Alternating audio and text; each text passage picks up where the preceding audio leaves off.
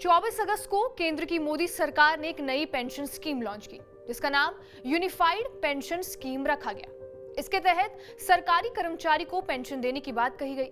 पुरानी pension scheme की तरह ही इसमें कुछ नियम भी बनाए गए। अब यहाँ तक बात ध्यान देने वाली ये है कि सरकार जिस स्कीम के तहत सरकारी कर्मचारियों के लिए पेंशन फंड तैयार करती है, उसे जनरल प्रोविडेंट फंड कहते हैं। जीपीएफ यानी कि जनरल प्रोविडेंट फंड केवल सरकारी कर्मचारी के लिए होता है। इसमें सरकारी संस्थाओं में लगातार 1 साल तक काम करने वाले अस्थायी और स्थायी कर्मचारियों का खाता खुलता है और जीपीएफ में कर्मचारियों को अपने वेतन का कम से कम 6% योगदान करना होता है, बशर्ते वे सस्पेंड ना हो। रिटायरमेंट के बाद उन्हें एक मुश्त राशि मिलती है।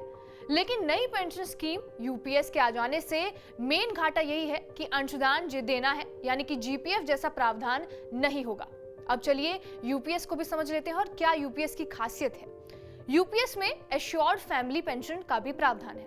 कर्मचारी की मृत्यु होने के बाद भी उसके परिवार को तुरंत 60% पेंशन दे दी जाएगी। Assured pension, assured minimum pension और एश्योर्ड फैमिली पेंशन पर महंगाई भत्ते का भी लाभ मिलेगा और ये all India consumer price index for industrial workers के मुताबिक होगा।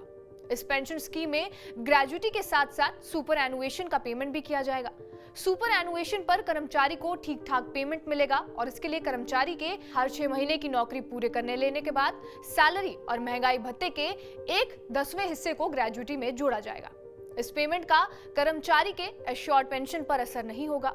पहले ओपीएस में जीपीएफ कर्मचारी के मूल वेतन का 10% कटता था और 8% से ज्यादा ब्याज मिलता था और सरकार रिटायरमेंट पर पूरा पैसा बिना टैक्स काटे वापस कर देती थी।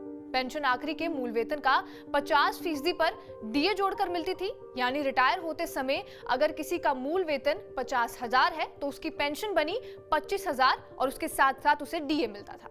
इस 25,000 में 20% पेंशन बेची जाती थी, यानी 5,000 स्कीम को राशिकरण कहा जाता था। अगर कर्मचारी नौकरी ज्वाइन करने के बाद 15 साल बाद जिंदा रहा तो ये 5,000 रुपए पेंशन में जुड़ जाते थे।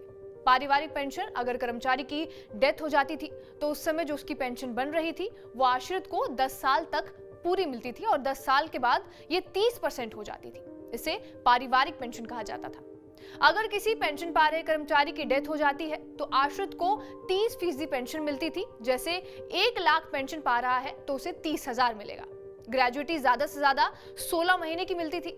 यानी यूपीएस में मेन घाटा यही है कि अंशदान देना है और जैसे कि जीपीएफ जैसा प्रावधान होता था वैसा इसमें नहीं है। बहरहाल आपका इस वीडियो पर क्या कुछ कहना है हमें कमेंट बॉक्स में जरूर बताएं। बाकी देश और दुनिया की तमाम बड़ी खबरों के लिए बने रहिए हमारे साथ TV9 डिजिटल पर।